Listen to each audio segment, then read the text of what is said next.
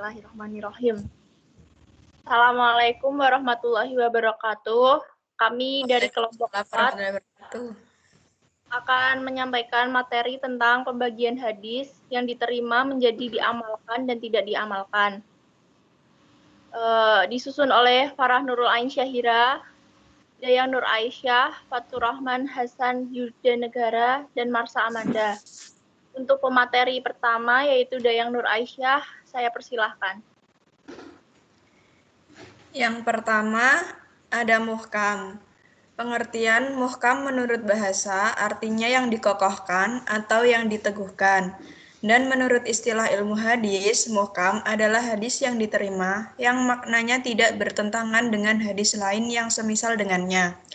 Hadis-hadis yang termasuk hadis muhkam sangat banyak dan sedikit sekali hadis-hadis yang tidak termasuk hadis muhkam.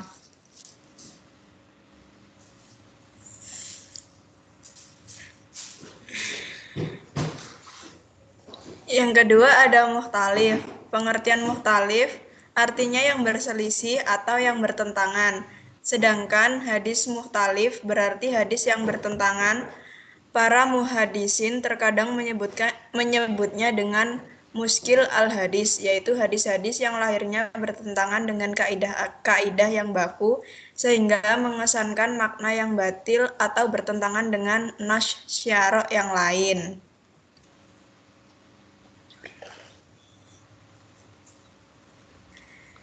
Solusi dalam menyelesaikan masalah hadis mukhtalif, yang pertama ada al-jam'u wa al-taufiq, yaitu memusyawarahkan antara dua buah hadis yang berlawanan. Imam Nawawi menyatakan ikhtilaf al-hadis datangnya dari dua hadis yang terlihat secara lahirnya bertentangan, lalu dirajihkan salah satunya. Ketika terjadi adanya dua hadis yang nampaknya kontradiktif, maka hendaknya yang pertama kali dilakukan adalah memusyawarahkan keduanya. Artinya, ketika kedua hadis tersebut masih bisa dimusyawarahkan, maka tidak selayaknya hanya mengamalkan satu hadis dengan meninggalkan hadis yang lainnya. Adapun cara menjamak kedua hadis itu ada kalanya dengan mentaksis hadis yang umum dan mentakyidkan hadis yang mutlak, dan apabila hadisnya muskil maka perlu ditakwilkan. Yang kedua ada nasah. Metode nasah ini adalah meneliti sejarah datangnya kedua hadis yang kontradiktif tersebut untuk diketahui mana hadis yang turun terlebih dahulu sehingga ditetapkan sebagai hadis yang dihapus atau mansukh, dan mana yang turun setelahnya sehingga menghapus hadis yang turun terlebih dahulu atau nasih. Yang ketiga ada tarjih. Metode tarjih adalah membandingkan dalil-dalil yang tampak bertentangan untuk diketahui mana di antara keduanya yang lebih kuat dibandingkan dengan yang lainnya.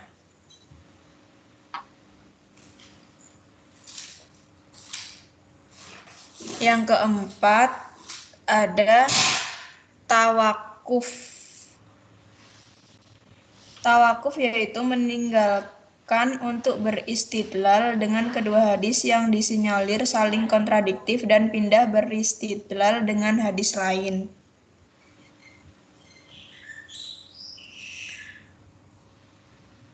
Nasih dan mansukh. Untuk nasih dan mansukh akan dilanjutkan dengan rekan saya yaitu Mbak Marsha Amanda. Nasih dan mansukh. Pengertiannya, berdasarkan penjelasan di atas dapat diketahui bahwa nasih adalah hukum penghapus atau hukum yang menggantikan hukum terdahulu. Berarti istilah mansukh itu sendiri adalah hukum yang dihapus karena adanya hukum baru. Berdasarkan penjelasan di atas dapat disarikan bahwa ilmu nasih mansukh adalah cabang ilmu hadis yang membahas hadis-hadis yang tanpa saling bertabrakan maknanya, yang tidak mungkin dapat diharmoniskan antara satu dengan yang lainnya. Maka otomatis peneliti harus menentukan salah satu hadis sebagai nasih atau penghapus dan hadis yang lain sebagai mansukh atau yang dihapus. Tentunya yang pertama adalah hadis mansukh, sedangkan yang datang belakangan sebagai nasih. Kemudian ada cara mengetahui nasih dan mansuh.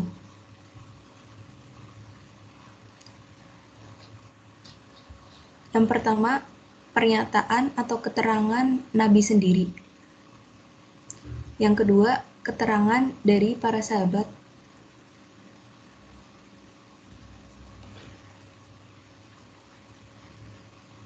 Dan yang ketiga, keterangan sejarah atau dengan mengetahui tarikh keluarnya hadis serta asbabun wurud hadis.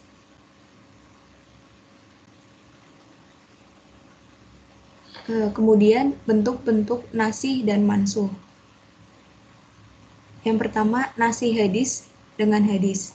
Ulama usul fikih sepakat mengatakan bahwa hadis boleh dinasahkan dengan hadis, yaitu mutawatir dengan mutawatir, mutawatir dengan masyhur, dan mutawatir dengan ahad. Yang kedua, nasih hadis dengan Al-Quran. Kebanyakan ulama, termasuk ulama Zahriyah, mengakui adanya nasih hadis dengan Al-Quran. Walaupun bagaimanapun, Imam Syafi'i tidak menerimanya.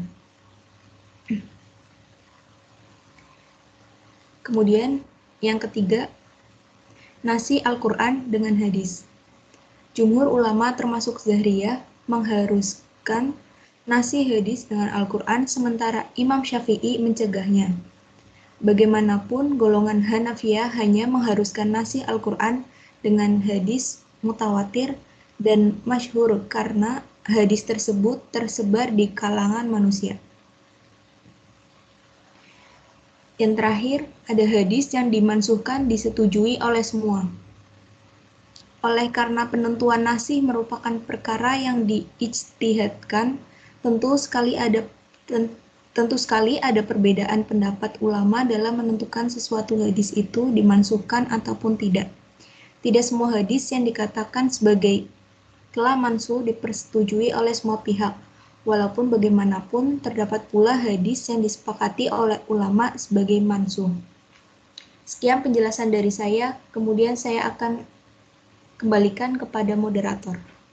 Atas penjelasannya kepada Mbak Dayang dan Mbak Marsha.